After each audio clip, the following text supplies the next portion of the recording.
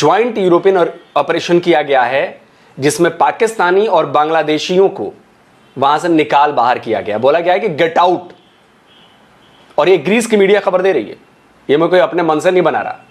गैर कानूनी रास्तों से यूरोप रसाई की कोशिश करने पर यूनानी हुकूमत ने 17 पाकिस्तानी बेदखल कर दिए हैं। बेदखल पाकिस्तानियों को गल्फ एयर और कतर एयर की अलग अलग परवाजों से लाहौर भिजवा दिया गया है। और उन पर इल्जाम ये था कि वो मजहबी इंतहा पसंदी को फरोग दे रहे हैं, वो कातलाना हमले करने का प्लान बना रहे हैं। वहाँ पर जाकर शॉर्टकट्स जो हमने ज़िंदगी भर सीखे हैं और हमें उस पर अप्रिशिएट किया जाता है कि हम 2 नंबरी के माहिर हैं। किसी भी माशरे में जाके जल्दी से प्रोमिनेंट हो जाते हैं कि ये कोई ऐसा बंदा है अजीब है जो इस माशरे का नहीं है और ये वहाँ की नॉर्म्स को ख़राब कर रहा है। मौलाना नाजूर खान ने फरमाया है, कह रहा है कि जो दिमाग है, ब्रेन हराम है क्योंकि ब्रेन इज अगेंस्ट इस्लाम और अगर मुसलमान ब्रेन यूज करेगा अल्लाह और रसूल के खिलाफ जाएगा। तो कौमी नजरिया तो अरेबियन सी में गर्क हो गया जब ईस्ट पाकिस्तान बांग्लादेश बना। हाँ जी। अगर इस्लाम इतनी ही जबरदस्त फोर्स होती तो ये दोनों मुल्क हमेशा एक ही रहते। मोदी साहब ने मिडिल ईस्ट को अपनी एक्सटेंडेड नेबरहुड भी समझते हैं। समझते हैं कि ये जो वेस्ट एशिया है ना, ये हमारी नेबरहुड है। और दूसरी जो वेस्टर्न पावर्स हैं वो उस पे ये बोझ भी डालती हैं कि वो ईस्ट और वेस्ट के दरमियान एक ब्रिज है। यानी ईस्ट में कौन है? ईस्ट में निकाल बाहर किया गया। बोला गया है कि गेट आउट। और ये ग्रीस की मीडिया खबर दे रही है, ये मैं कोई अपने मन से नहीं बना रहा। ग्रीस ने यह खबर दी है और देखिए 17 अप्रैल की खबर है। तो इस खबर में लिखा गया है कि देखिए A joint European operation to return Pakistani and Bangladeshi nationals to their country of origin took place on Holy Tuesday with a special charter flight from Athens International Airport. Greece के एथेंस इंटरनेशनल एयरपोर्ट से एक charter flight की गई है और उसमें पाकिस्तानी और बांग्लादेशियों को गेट आउट किया गया है। बोला गया है कि तुम लोग यहां पर रहने के लायक नहीं हो। और यह पूरे यूरोपियन यूनियन का था। आगे और डिटेल है इसमें। साइप्रस, इटली, फ्रांस और पोलैंड, ये 4 और कंट्रीज हैं जहां से इन लोगों को इलीगल इमिग्रेंट्स को निकाल के भगाया गया है। कहा गया है कि which was organised by Greece. ये जो पूरा ऑपरेशन था ये ग्रीस ने ऑर्गेनाइज किया था और ग्रीस की पुलिस ने financial support and coordination of the European Border and Coast guard Agency Frontex. European border agency है और कोस्ट गार्ड एजेंसी है फ्रंटेक्स। ये सब लोगों ने एक ऑपरेशन किया और इनको भगाया है। इनमें से in a particular uh total 20 Pakistani nationals, 20 Pakistani national and 8 Bangladeshi nationals were returned from our country while police escorts, a doctor representative of the ombudsman as well as the representative, observer, interpreters, police escorts from Frontex participated throughout the operation. तो वहाँ पर इनके लोग भी मौजूद थे इन दोनों countries से रिलेटेड। साथ में एक इंटरप्रेटर भी था जो बातचीत करके बताए, पुलिस वाले भी थे और इन्होंने यहाँ से निकाल बाहर किया।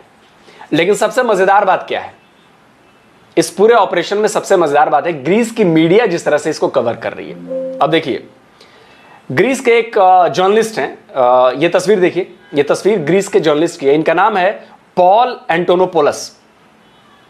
ये ग्रीस के जर्नलिस्ट है।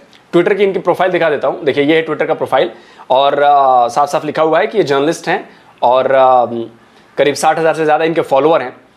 इन्होंने जो इस खबर को लेकर ट्वीट किया है ना, वो ट्वीट बड़ा मज़ेदार है। अब देखिए इंटरनेट की पावर क्या है और इंटरनेट किस तरह से काम करता है और इंटरनेट किस तरह से लोगों को एजुकेट करता है, ये भी देखने वाली बात है। अब मैं इनका ट्वीट दिखाता हूं, ट्वीट पढ़ेंगे तो आप हंस के पागल हो जाएंगे। ये देखिए, पॉल एंटोपोलस लिखते हैं कि 20 पाकिस्तानीज एंड 8 कंग्लूदेशीज। आप समझ रहे हैं? अच्छा हुआ भिखारीज नहीं लिखे। तो 20 पाकिस्तानियों और 8 कंग्लूदेशीज were deported from Greece on Thursday. गुरुवार को 20 पाकिस्तानी और 8 कंग्लूदेशीज निकाल दिए गए। तो उनमें वही डिटेल दी उन्होंने कि भाई चार्टर फ्लाइट किया गया, इसमें ये था वो था, साइप्रस, इटली, फ्रांस और पोलैंड भी इसमें थे। उन्होंने भी अपने इलीगल इमिग्रेंट्स भेजे इससे। तो मैं ये ट्वीट इसलिए दिखाना चाहता है, कंग्लूदेशी, ये इंटरनेट की ताकत है। हमारे यहां इनको कंग्लूदेशी बोला जाने लगा ये बात ग्रीस तक पहुंच गई और ग्रीस की मीडिया भी कंग्लूदेशीज यूज कर रही है, ग्रीस के पत्रकार भी कंग्लूदेशीज यूज कर रहे हैं। मौलाना नजूर खान ने फरमाया है, कह रहा है कि जो दिमाग है, ब्रेन हराम है, क्योंकि ब्रेन इज अगेंस्ट इस्लाम और अगर मुसलमान ब्रेन यूज करेगा अल्लाह और रसूल के खिलाफ जाएगा।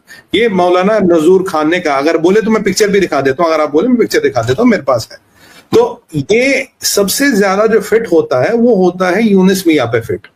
देखिए, अगर आप इनकी अभी कार्य करके देखे, अभी पाकिस्तान की फॉरेन सेक्रेटरी मिस बलोच वहां आई थी, 15 साल बाद आई है।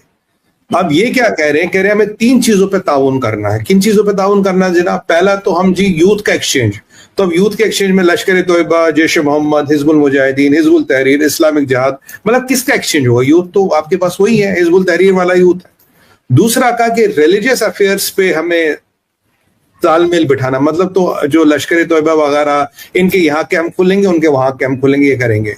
और तीसरा उन्होंने बोला हमें साइमनस पे ताउन करना। भाई एक बात बताओ, तुम तो कहते हो जमीन सकी है, सूरज जो है मिट्टी के तालाब में डूबता है, मॉन्ट पॉन्ड में डूबता है, तो तुम्हारे हर किताब के आगे पाकिस्तान में लिखा है ये फिजिक्स सब नकली है, it is not as per Quran. और ये मौलाना साहब तो कह रहे हजूर नजूर खान साहब, इनका हमने आपको बता ही दिया। तो ऐसे में साइंस और इस्लाम का तो कोई समन्वय ही नहीं बैठता, तुम्हारे लिए तो साइंस बेकार है। तो अगर जो चीज बेकार है, जिसे कुरान बेकार बताती, तो आप उसमें ताउन करने की क्या सोच रहे हैं? ये तो सब बकवासबाजी, ये तो काफिरों का काम है ताउन वाउन करना, आपका कोई थोड़ी ना है। और उससे आगे बात बढ़ी फिर एक और ये टाई अप और कहता है we have been missing each other.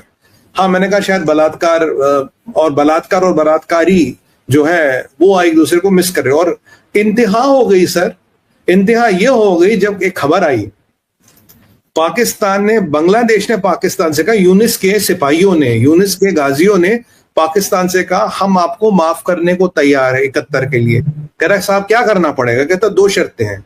कह रहा पहले तो माफी मांगो 71 के लिए, चलो यहां तो समझ आता है। कह रहा और $4.3 बिलियन दे दो। जब ये मैंने सुना मेरा दिमाग घूम गया। मैंने कहा 3 मिलियन रेप्स की कीमत, संजय सर 3 मिलियन रेप्स की कीमत 55 साल बाद 4.3 बिलियन। तो मैंने गणित निकाली तो 130 लगभग $130 आता है पर रेप का। और मैंने इसको 55 साल का इस पे इंटरेस्ट लगाया, तो तब मान लो जब उस महिला का बलात्कार शोषण उत्पीड़न हो, उसकी कीमत बांग्लादेश में $10 है। मतलब $10 आप इंटरेस्ट लगा के 130 है। और मतलब $10 में बांग्लादेश में महिलाओं की इज्जत और स्वाभिमान का सौदा कर रहा यूनिस। अगर शेख मुजीबुर रहमान आज जिंदा होते तो मैं वाकई कह रहा हूं उनकी रूह काम जाती। कैसे किस लेवल के जिहादी और जाहिल ये लोग बैठे हैं। मैं शेख हसीना जी को कहता हूं किन जिहादियों के हाथ अपने मुल्क को छोड़ दिया। मतलब एक औरत की कीमत की इज्जत की कीमत है $110, $130 आज की डेट में।